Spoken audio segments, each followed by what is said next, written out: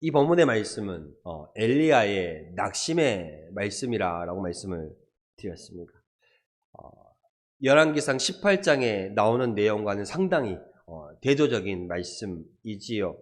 열왕기상 18장에서는 엘리야 선지자가 이 바알의 그 선지자들과 이 싸워서 승리하는 그 내용이 나오지 않습니까? 바알의 선지자들과 싸워서 승리하고 또한 이스라엘 땅에 3년 6개월 동안 비가 오지 않았는데 그 비를 내리게 하는 그 놀라운 하나님의 역사적인 순간이 들어있는 것이 열왕기상 18장입니다. 그런데 열왕기상 19장은 어떻습니까? 엘리야가 낙심하여 넘어지며 쓰러지며 죽기를 간구하는 상황입니다. 말씀을 드렸지만 사람마다 낙심하지 않고 이 땅을 살아가는 사람은 분명히 없을 것입니다. 때때로 만나는 어려운 일들 때문에 낙심하기도 하고 답답한 일들 가운데 낙심하기도 하고 소망이 없다 생각되어지기 때문에 낙심하기도 하고 또는 어떤 일의 실패 또는 우리 육신의 질병이 때문에 낙심하는 경우, 물질 때문에 낙심하는 경우가 많이 있습니다. 사람은 완전하지 않는 존재입니다. 불완전하고 연약하기 때문에 넘어지지요. 그리고 자꾸 또 다른 사람들과 비교하기 때문에 또 환경을 우리가 여건을 돌아보는 이 눈, 시선 때문에 우리가 낙심한다라고 말씀을 드렸습니다. 살아가면서 내가 생각했던 것은 이게 아닌데 자꾸만 다른 방향으로 흘러가게 되니 실망하게 되고 낙심하게 됩니다. 이 엘리야의 낙심의 원인, 그 첫 번째가 저번 시간에 뭐라고 말씀드렸습니까? 바로 외로움 때문이라 그랬습니다. 고독, 외로움 때문이었습니다. 엘리야 선지자는 북이스라엘에서 정말 하나님의 역사를 드러내는 사역을 많이 하였습니다. 하나님의 살아계심을 드러내는 그 일들을 참 많이 하였지요. 이렇게 열심을 내었으면 사람들이 따라와 줄 법도 한데 사람들이 변화될 법도 한데 그렇지 않는다라는 것이었습니다.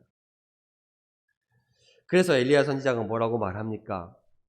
이렇게 내가 10절에 여호와께 열심히 유별하였으니 내가 이렇게 열심히 특별한 열심을 가지고 하나님 앞에 일했는데 여전히 이스라엘 자손들은 주의 언약을 버렸고 여전히 이스라엘 자손들은 주의 제단을 헐었으며 여전히 이스라엘 사람들은 또 주의 선지자들을 죽였다라고 말합니다. 그러면서 오직 나만 남았다라는 고백을 하나님께 하고 있습니다.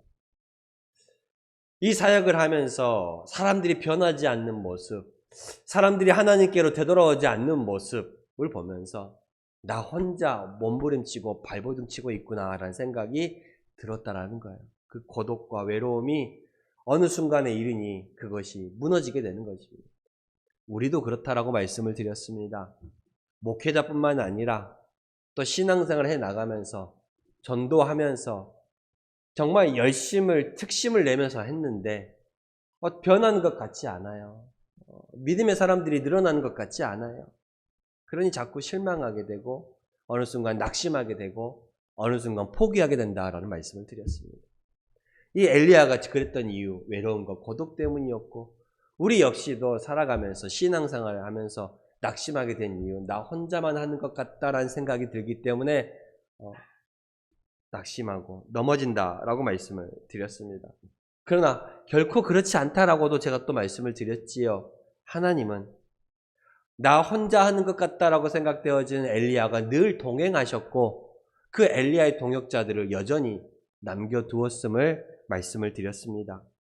오바댜가 숨겨둔 100명의 성지학교 생도들이 있었고 하나님 앞에 또 바알에 무릎 꿇지 아니한 7,000명의 남은 자를 남겨두셨으며 또한 이 엘리야 선지자만큼 위대한 엘리사 선지자도 준비해 두셨다라고 말씀을 드렸지 않습니까?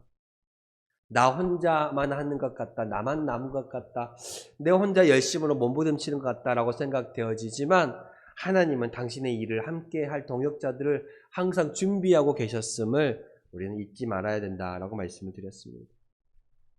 그러면 엘리야가 또 넘어지고 낙심하게 된 이유 두 번째, 오늘 그 말씀을 봅시다.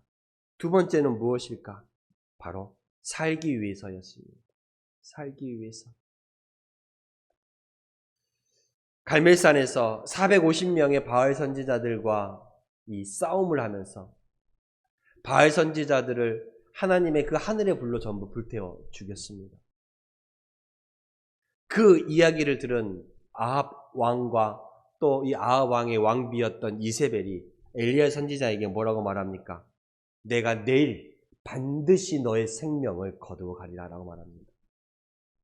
내가 반드시 내일 너의 생명을 거두어 가리라. 내가 반드시 내일 너를 죽이리라 라는 왕비의 위협과 경고를 듣습니다. 이 말을 들은 엘리야 선지자는 자기 생명을 위하여 도망했다라고 3절에 기록하고 있습니다. 3절에 그가 이 형편을 보고, 이 형편이 무엇입니까?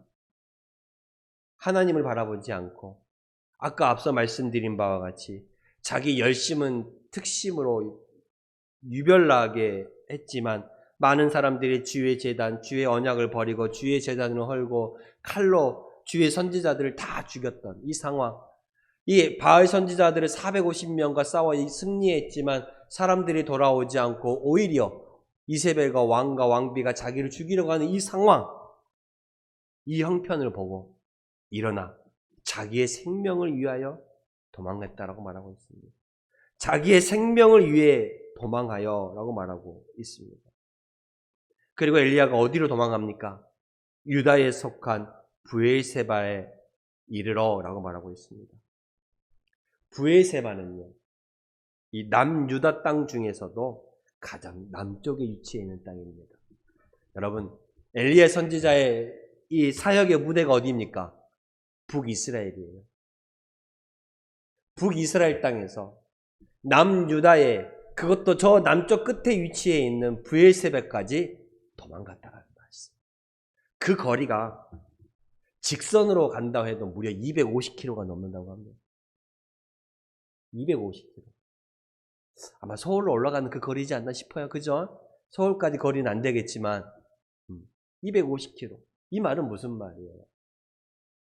자기를 죽이려고 하는 왕비 이세벨을 피해서 한 발자국이라도 더 멀리 도망가고자 했다라는 그 의지가 보여지는 거예요. 그렇지 않나요? 북이스라엘에서 사역했던 엘리야 선지자가 북이스라엘을 떠나서 남유다 땅까지 이르렀는데 그 남유다 땅 중에서도 가장 남쪽에 위치한 브엘세바까지 갔다라는 거예요. 이 말은 무슨 말이에요?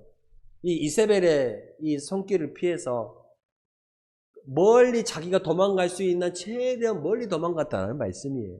그렇잖아요?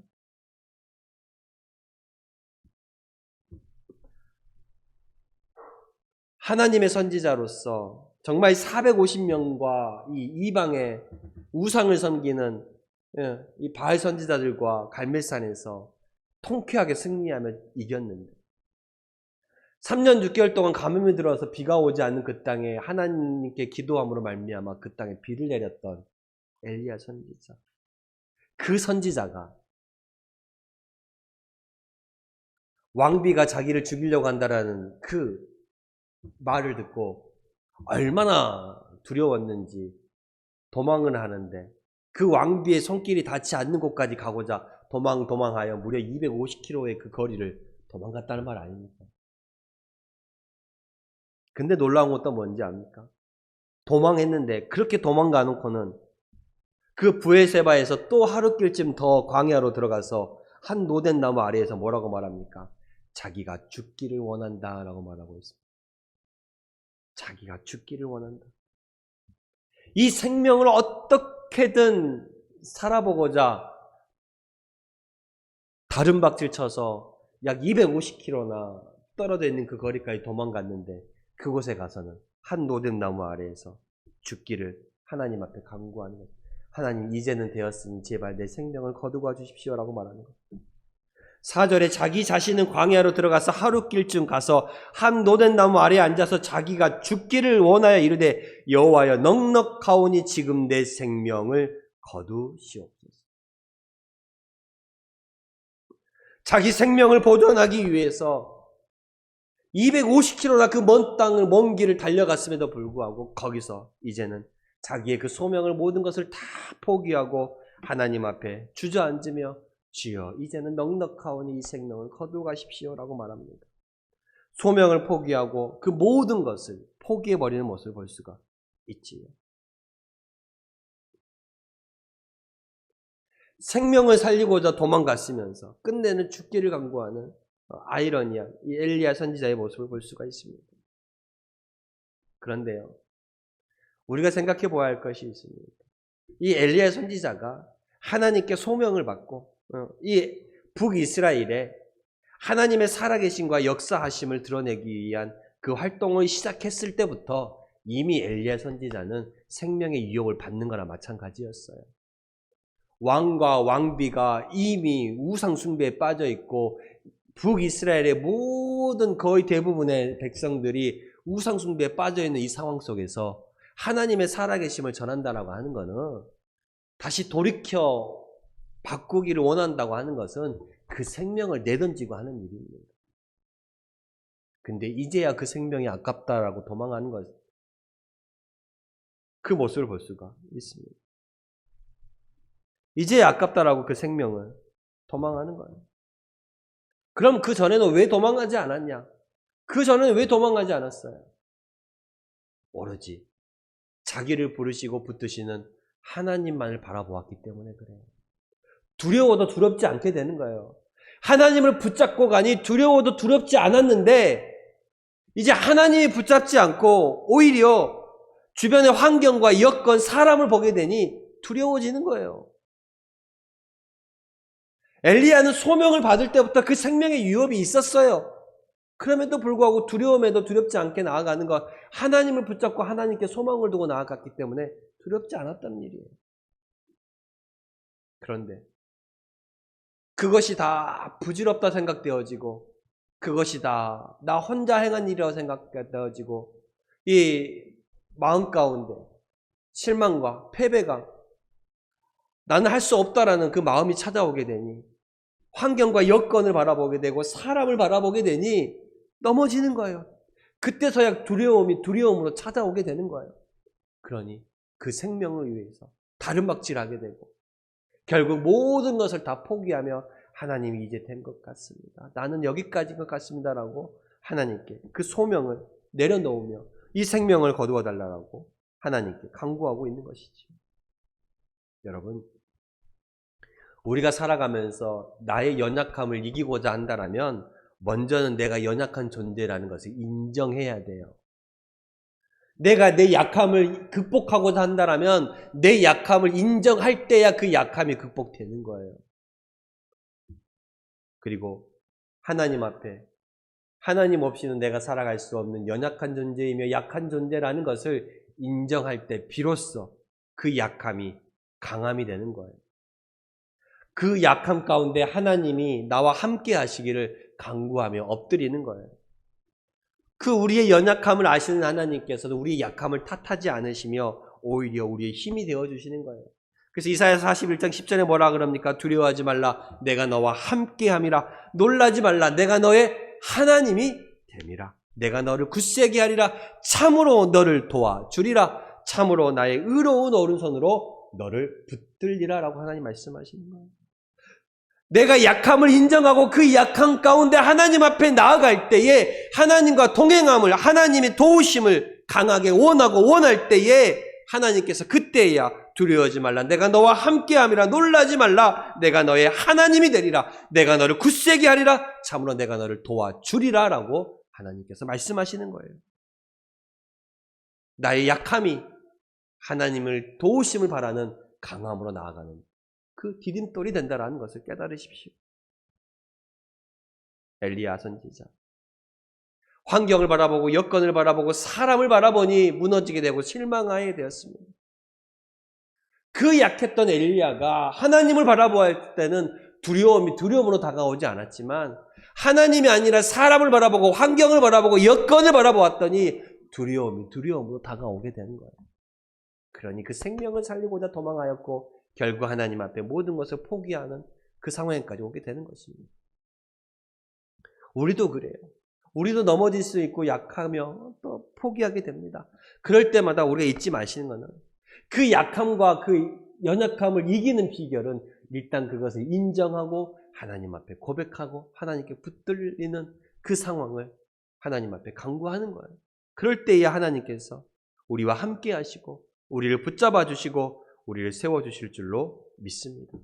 나의 약함이 하나님께로 나아갈 때 강함이 될 수 있음을 깨달으셔야 합니다. 마지막으로 세 번째로 엘리야 선지자가 낙심함에 넘어졌던 이유는 자기가 해나갔던 그 발걸음 한 걸음 한 걸음이 하나님이 행하시며 하나님이 이루신 일이라는 것을 이제는 잊어버렸기 때문에 그래요. 모든 것이 하나님이 하신 것입니다. 참으로 능력의 사람이었던 엘리야, 그 18장과 그 이전의 모습 어떻습니까? 하나님께 소명을 받을 때부터 이미 이 바알 선지자들을 섬기는 사람들과 아합과 이세벨 왕비와는 적대 관계에 있었어요.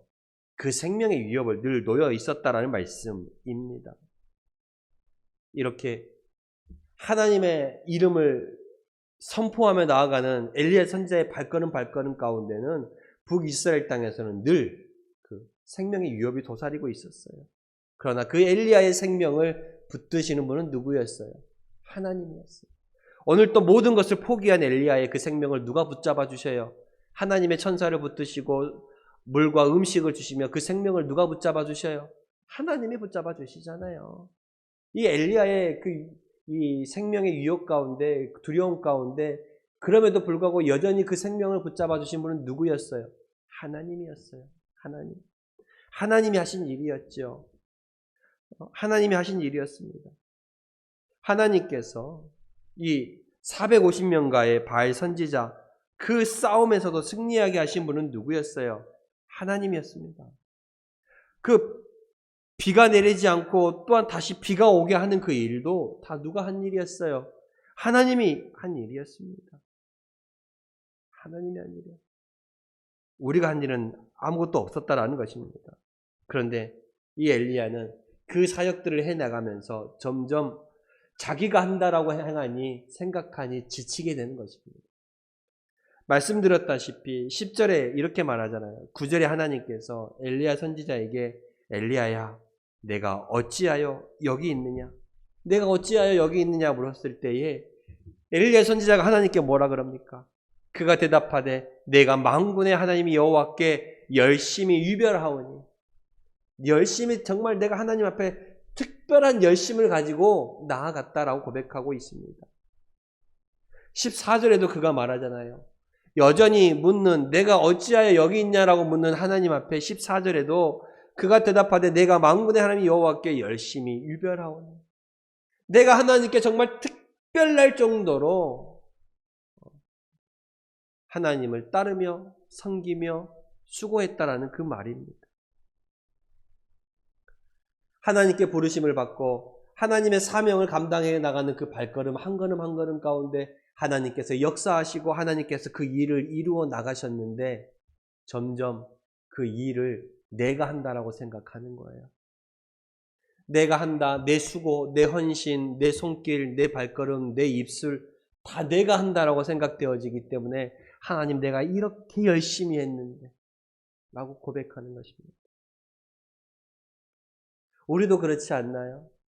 하나님께 부르심 받고 하나님께서 우리에게 위대한 소명과 직분을 주셨습니다.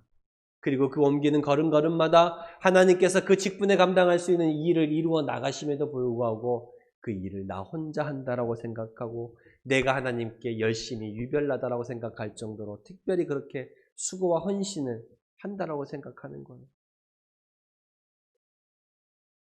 내 손으로 한다, 내가 한다라고 생각하기 때문에 그 열심이 특심이었다라고 생각하기 때문에 내가 그 일을 힘써 내 손으로 내 수고로 받아들이게 되면 어느 순간 그것이 무너지게 되는 거예요.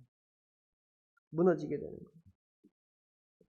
내가 한다라고 생각되어지면 첫 번째 제가 말씀드렸다시피 그것이 어느 순간 무너지게 되면 열심의 특심이 여러분 내가 하나님께 수고하는 이 모든 일들이 정말 다른 사람들보다 내가 유별나다라고 하는 말 이유는 내가 그만큼 수고와 헌신을 드렸다라는 의미이고 그 수고와 헌신이 특별히 내가 한다라고 생각되어진다라는 거예요. 그런 유별이라고 말할 수 있는 겁니다. 왜요? 다른 사람과 비교할 수 있기 때문에. 내가 저 사람과 비교해서 이렇게 하나님 앞에 열심히 수고와 헌신 봉사하였는데 그것이 결과가 안 보이면 사람을 바라보게 되고 환경을 바라보고 여건을 바라보게 되어서 변하는 것이 없고 똑같다라고 생각되어지면 나 혼자 한다라고 생각되는 외로움이 찾아오게 되고 그로 인해서 그 외로움 때문에 정말로 다시금 내가 이렇게까지 해야 될 수 있나라는 내 생명에 애착이 찾아오게 됩니다. 또한 그 일을 이루시는 하나님을 망각하기 때문에 내가 했다라고 생각하기 때문에 넘어지게 된다는 것입니다. 엘리야가 하나님께 자기의 그 열심이 유별하다라고 말했던 그 순간 그 일을 자기가 한다라고 생각되어지기 때문에 엘리야가 넘어졌다는 거예요. 그러나 우리는 잊지 마시기를 바랍니다. 엘리야를 통해서 일을 이루어 가신 분은 누구예요? 하나님이에요. 하나님께서 그 일을 이루어 가시는 거예요. 다윗이 골리앗 앞에 물맷돌을 들고 승리할 수 있었던 이유는 다윗이 위대했기 때문이 아니라 그 다윗을 통하여 하나님께서 역사하셨기 때문에 그래요. 모세가 지팡이를 들고 이 백성을 애굽 땅에서 이끌어내어 가나안 땅으로 인도할 수 있었던 그 놀라운 과정의 모든 일들, 홍해를 가르고 반석을 쳐서 물을 낼 수 있었던 모든 일들, 모세가 위대했기 때문에 보다는 그 모세를 통하여 하나님께서 역사하셨기 때문에 가능한 일이에요. 여러분, 엘리야 선지자 역시 마찬가지입니다. 그 자신이 얼마나 열심히 특심이었는지는 몰라도 하나님께서 그 엘리야와 함께 하셨기 때문에 그 일들이 일어나고 하나님의 역사가 나타났던 거예요. 여러분, 내가 열심히 아무리 하나님 앞에 특심이라고 할지라도 유별나다고 할지라도 하나님께서 나와 함께 하지 않으시면 하나님의 손에 내게 임하지 않으시면 아무 일도 안 일어나요. 내가 죽어라 열심히 한다고 해도. 그러니 내 열심을 자랑할 것이 있다 없다? 없다. 그렇다고 하나님 앞에 내가 그러면 내 열심을 드릴 것도 없다라고 생각해서 아무것도 하지 말라는 말이에요? 그건 아니에요. 또 그렇게 생각하시면 안 돼요. 내가 열심히 할 필요 뭐 있나 그러면 그것이 인정이 안 되면 그건 아니지요. 하나님께서 우리를 통해 함께 일하실 때 내가 움직이는 그 발걸음 손길과 발걸음 가운데 함께 역사하신다라는 거예요. 그러니까 우리가 일을 해나갈 때 나 혼자 한다라고 생각하지 마시고 하나님이 일을 이루어 나가신다라는 것을 잊지 마시길 바랍니다. 하나님이 하신 일이에요. 그러나 내가 움직이지 않으면 하나님도 움직이지 않는다라는 것도 또한 기억하셔야 돼요. 내가 아무것도 않고 가만히 있는데 하나님께서 알아서 움직이신다? 아니에요. 내가 하나님 앞에 열심을 특심으로 나아갈 때 하나님께서 함께 움직이심으로 말미암아 그 모든 일들이 일어나게 되는 거예요. 그러나 그 모든 일들이 일어나게 된 그 모든 상황이 내 열심과 특심이라고만 생각하면 또 그것이 넘어지는 교만의 앞잡이가 된다는 것을 기억하시라는 말씀입니다. 엘리야가 넘어졌던 그 이유가 바로 거기에 있었다라는 말씀입니다. 우리도 살아가면서 엘리야만큼이나 낙심하고 넘어질 때가 많이 있습니다. 육적으로나 영적으로 넘어질 때 많이 있지요. 이런 상황 가운데에 모든 것이 끝난 것처럼 엘리야가 그랬던 것처럼 자포자기하며 포기할 것이 아니라 절망적일 때 더욱더 하나님을 바라보고 붙잡을 수 있는 우리 성도님들이 다 될 수 있기를 바랍니다. 그 전능하신 하나님께서 위로의 하나님께서 다시 한번 우리의 손을 잡아주시며 하나님께서 말씀하셨다시피 두려워하지 말라. 내가 너와 함께함이라. 놀라지 말라. 내가 너의 하나님이 되리라. 내가 너를 굳세게 하리라. 참으로 내가 너를 도와주리라. 그 오른손으로 나를 붙들리라 말씀하신 그 하나님의 말씀을 붙잡고 힘들고 어려운 순간일수록 더욱더 하나님께 소망을 두고 그 하나님을 바라볼 수 있는 우리 성도님들이 다 될 수 있기를 소망합니다. 기도하겠습니다. 하나님 감사합니다.